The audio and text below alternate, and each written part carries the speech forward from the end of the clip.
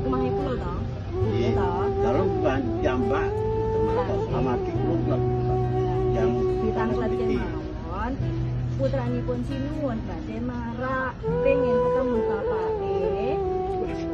jambak betul-betul karena itu dari gua pakai. Nanti ditangklet kita, mboten apa-apa. Kan bertanya mah boleh kok. Betul-betul. Jaraknya dari sini ke sini nih kan lumayan jauh, jadi kan nggak bisa melihat jelas si surat tersebut, dan dia bacanya kan dalam posisi agak Bapakan tahu sini kami dalam nama tukul tahu dalam betul betul saya mesti dikubur tahu bos dulu mengatakan Wonten surate dawuhe sinuwun Gusti Dewi mboten saged mlebet. karena ada si yang paraden mengatakan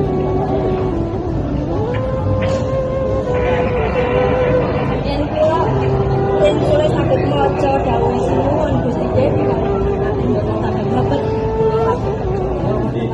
pada saat selesai pembacaan saya bilang sampun Gusti, dia bilang gitu kan. Terus saya bilang saya langsung maju, saya mau lihat suratnya, saya mau surat itu, saya bilang gitu. Langsung bedet Brimob itu langsung nutupin saya udah nggak bisa menggapai gitu. Mereka langsung buka pintu mandungan, langsung masuk tanpa ngasih jawaban apa-apa gitu. Terus saya masih mencoba untuk menggapai lagi, udah nggak bisa. Terus saya ditarik sama pengacara saya sampai balik. Ya, sebetulnya kalau pribadi itu saya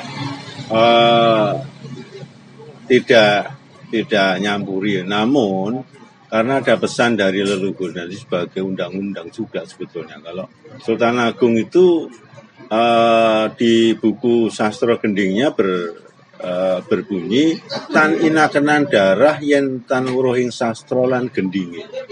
Artinya sastra di sini adalah etika. Orang Jawa dulu sesepuh orang ngerti sastra berarti orang ngerti tatanan. Berarti orang ngerti etika. Satu. Itu sudah tidak diakui sebetulnya sebagai darah. Itu perjanjinya karena Sultan Agung janjinya dengan Allah tentu. Dan itu dicatat oleh Jibril sebetulnya. Ini tak cetak gitu biar mempercayai kayak hubungannya wajib itu percaya ke not. Ini cuma itu karena ini memang koneksinya ke sana. Nah, gending sendiri adalah simfoni dari sebuah persatuan dari alat-alat musik yang beragam. Nah, ini artinya menginstruksikan beda antara pakarti lan pribadi.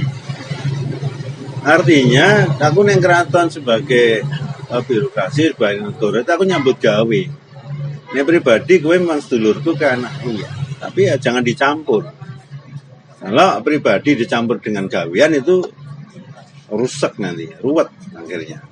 Itu kenapa? Karena contohnya begini, kalau yang ngendang itu baru konslet sama yang bunang. Ketika dia buka bunang apa kendangnya meneng? Nggak mungkin karena dia nyambut gawe. Ya tetap berjalan. Pamane lurahe karo apa jenenge bayane lagi konflik apa ya rakyatnya diteke bayar golek surat kan enggak. Pakarti jalan pribadi. Nah, konteks sinuwun ini dengan anaknya ini saya mengamati ini akan tercampur anak-anak Pikarti dan pribadi ini dicampur. Kalau memang itu putranya udah temoni apa-apa yang ngopo. Ini aku nyampur yang Pakarti kose. Ini pribadi wae opo. Nah, anaknya kepengen tilek bapak ya mungkin kangen karo anak Jadi rasa emosi itu harus dihilangkan dulu. Nah, jadi ini nek Pakarti gawean dicampur kalau pribadi nek anak karo bapak ini kok saya kurang setuju ya. Kurang setuju. Jadi perlu ini ada semacam pembenahan tentang manajemen pribadi maksud saya, bukan saya nguroni tapi ini dari ajaran leluhur begitu. Jadi anak karo bapak ya, itu pribadi. Nah butuhnya apa toh? Kepengen tilek bapak kasubungan itu sebenarnya pribadi. Nah ini terus dikaitkan karo Pakarti. Gue itu ya bisa tapi ini perlu penguatan yang luar biasa. Kalau emang dia tuh datang membawa bolos senjata lah itu boleh di-cut. Tapi dia baik-baik mau sungkem sama ayahanda, tak kira ya sudah ada yang ngamankan, tak kira ya sudah. Sebetulnya aman-aman saja sebetulnya loh, saya ngamati loh. Nah, ngamati aman-aman saja. Cuman karena ini sudah dicampur antara Pak Karti dan pribadi, ini tidak bisa milah. Ini aku ngendi gitu tidak bisa milah, akibatnya terjadi yang tidak baik. Maka saya prihatin sebenarnya saya. Jadi ini perlu ajaran-ajaran luhur ini ditangkap oleh para putra dalam sentono dan kaulo ini, karena ajaran ini luar biasa menjadi sebuah tuntunan di pribadi, hidup di masyarakat maupun hidup sebagai orang yang nyambut gawe di mana saja, di swasta maupun di negeri, kan begitu. Ini saran saya ya, beda antara Pak Karti dan pribadi tadi. Emosi ini jangan disamakan gitu. Ya, ini nanti jadi ruwet gitu loh. Jadi nggak jelas sih iki neng Pak Karti apa neng pribadi, kan orang jadi bingung. Ini terkait dengan ini kan dari Gusti Devi pun juga sudah melangkah ke ranah hukum dengan mengambil pengacara. Nah, ini sendiri sudah sampai sejauh ini menurut jenengan betul. Nah, akibatnya ke situ. Ini kausanya gitu, yang saking ya gimana ya, marah hatinya, ya, saking anyelin cara Jawa itu ya, akhirnya ya dia tidak bisa melihat itu menjadi suatu kebenaran saya sebagai aku anak. Akhirnya mencoba protes. Nah, protes karena ini di dalam negara ini KRI bisa saja dia melakukan itu. Ini sebenarnya ya saya ya sebetulnya nggak enak ya. Jangan sampai ke sana sebetulnya.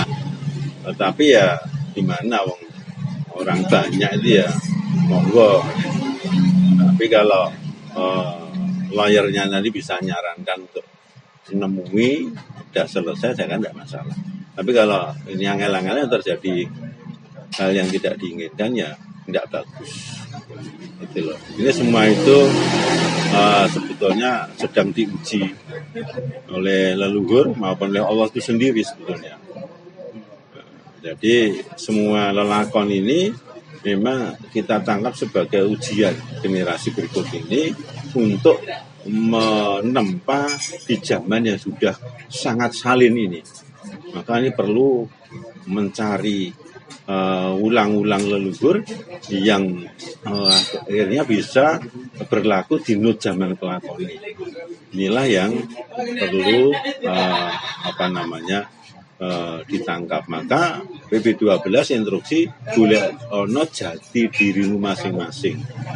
Itu menginstruksikan ya supaya itu kamu tuh kuat dengan dirimu dan kamu siapa, dari mana. Itu instruksi Sultan Agung juga olah rasa ngeningake cipta eling marang sangkan marang itu mati. Sehingga dalam menjalankan perjalanan keraton ke depan itu leluhur juga udah memberi ajaran. Ya, biarpun ini kan ada kesenjangan, saya paham ada kesenjangan. Maka suara saya ini kalau didengarkan, mudah-mudahan ini menjadi sebuah pepeling sehingga kita bisa cooling down, semua bisa kumpul kembali karena ini dinasti. Nah, dinasti itu ya semua dari satu barangkali ya, satu bolehlah gitu sampai ke 13 ini, dia harus ketemu rembukan lagi gitu. Iya penak gitu. Ini kan berlarut-larut nggak bagus. Nah saya sendiri ya bisa sih saya ngajak ya bisa. Cuman kan iso semua itu mari kita kumpul untuk membenahi ini. Nah, sehingga nek cocok ya jadi dipaksakan, nek cocok ya monggo pertahankan sebaik mungkin. Jadi jangan memaksakan hal yang tidak cocok. Mobil aja kalau nanti businya ra cocok ya miring ya bledos-bledos ya orang tekan Jakarta gitu loh. Nggih. Ya.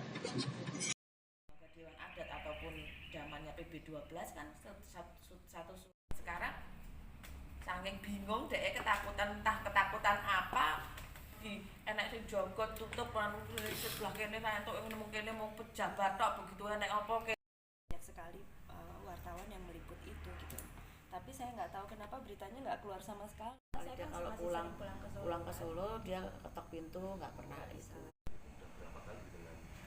Penolakan itu